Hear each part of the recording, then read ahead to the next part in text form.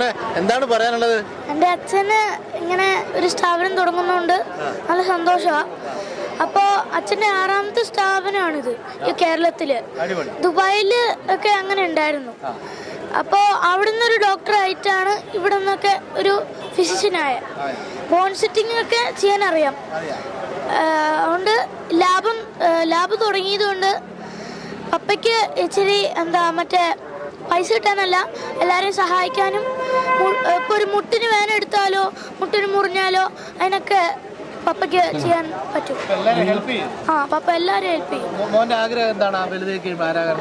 എൻ്റെ ആഗ്രഹം ഒന്നെങ്കിൽ ഒരു ഡോക്ടർ, അല്ലെങ്കിൽ ഒരു എഞ്ചിനീയർ, അല്ലെങ്കിൽ ഒരു ഫുട്ബോളർ ആവാനാണ്.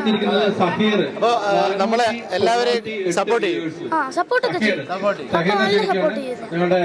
നമ്മുടെ മാനേജിംഗ് ഡയറക്ടറുടെ മകനാണ് ഇപ്പോൾ നമ്മോടൊപ്പം ചേർന്നത്. വളരെ മനോഹരമായിട്ട് തന്നെയാണ് ആ മോൻ എൻ്റെ വാക്കുകൾ നമ്മൾ ശ്രദ്ധിച്ചത്. അപ്പോൾ ഇത് മലയോര ജനതയ്ക്കുള്ള കൊച്ചു മകൻ്റെ ഒരു സപ്പോർട്ടാണ്.